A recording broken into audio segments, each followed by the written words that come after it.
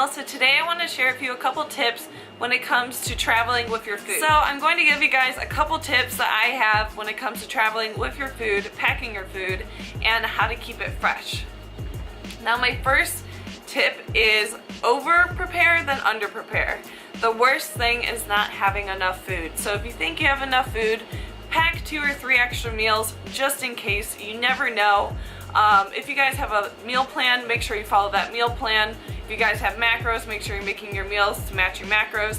And that's what I do. I follow flexible dieting. That's what I recommend for dieting when it comes to shows. It's just personal preference.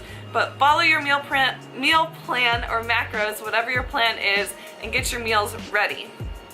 Now, another thing I recommend is labeling. So I just use some sticky notes, and whatever my macros are, I will typically write the macros on the sticky note or write exactly the amounts I used. So it'd be like 4 ounces of sweet potato, 3 ounces of chicken, 3 ounces of asparagus, and then I'll put that on the sticky note and then tape it on the container. That way I'm organized and I can see what my meals are when I'm traveling. When you're traveling, things can get mixed up, or you can forget how you prepared the meal, and then you open the container and you're like, how many grams of this did I use, or how much of this is in there? Like, no.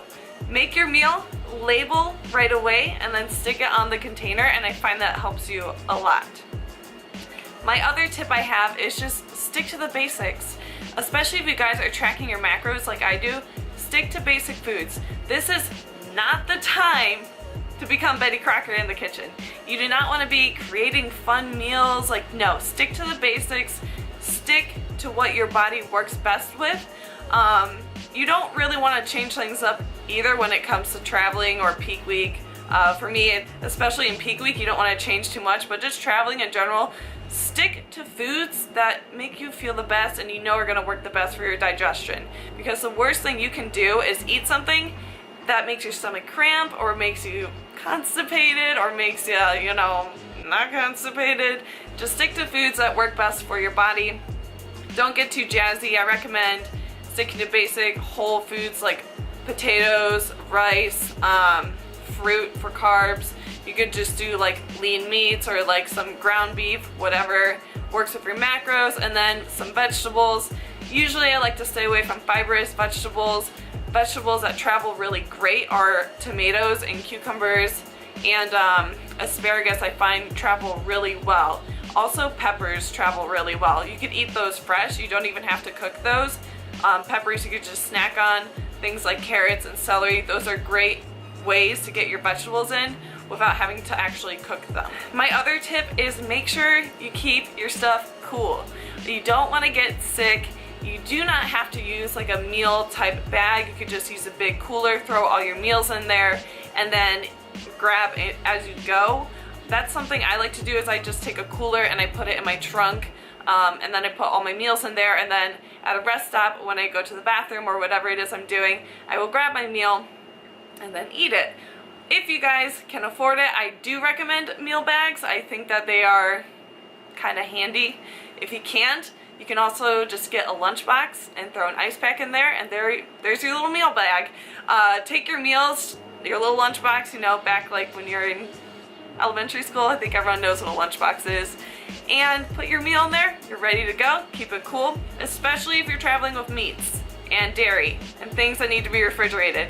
Make sure it stays cool. You do not want to get sick when you're traveling with your food. My next tip is, yes, you have your food, but also make sure you have silverware.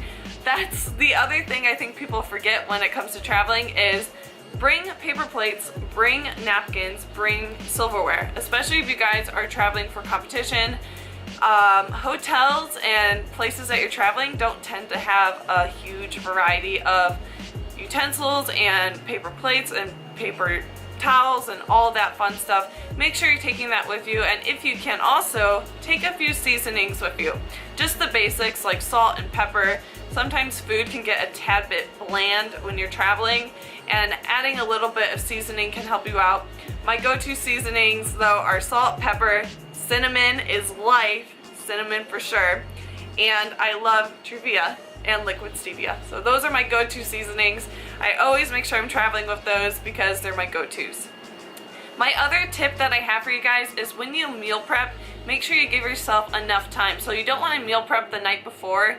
I don't really recommend that. It's pretty stressful. So I recommend, especially if you're going on like a semi-long trip, like 3 to 5 days, meal prep 2 days in advance. That way, if you feel like you forgot something, you have that extra day to add another meal in and be over-prepared rather than under-prepared. The worst thing when you're cooking is rushing everything, and then you're definitely going to forget something. Just low stress, get your meals packed, write everything down that you need, and then start cooking. So my other tip I have for you guys is if you have protein powder, take protein powder and put it in plastic baggies, or if you have little sample packets, I recommend taking sample packets with you because they're already conveniently measured out. All you have to do is just rip it up and pour it in a drink or put in some oatmeal and you're good to go. That is a protein source that's not going to go bad. It doesn't have to be refrigerated. It's very easy and convenient to travel with. My favorite protein powder that I'm using is from NutriKey. This protein powder is so delicious, especially the salted peanut butter cup. It is to die for. It's freaking amazing. I use that for baking, but it's also so good in oatmeal or yogurt or even just mixed up as a shake. Protein powder, it's awesome, it's convenient, and it tastes delicious. If you guys liked today's video, make sure you give it a nice little thumbs up and also hit subscribe. It helps support my channel, helps me to make more videos for you guys, and I hope you all are having an awesome day. Thank you so much for watching, and I will see you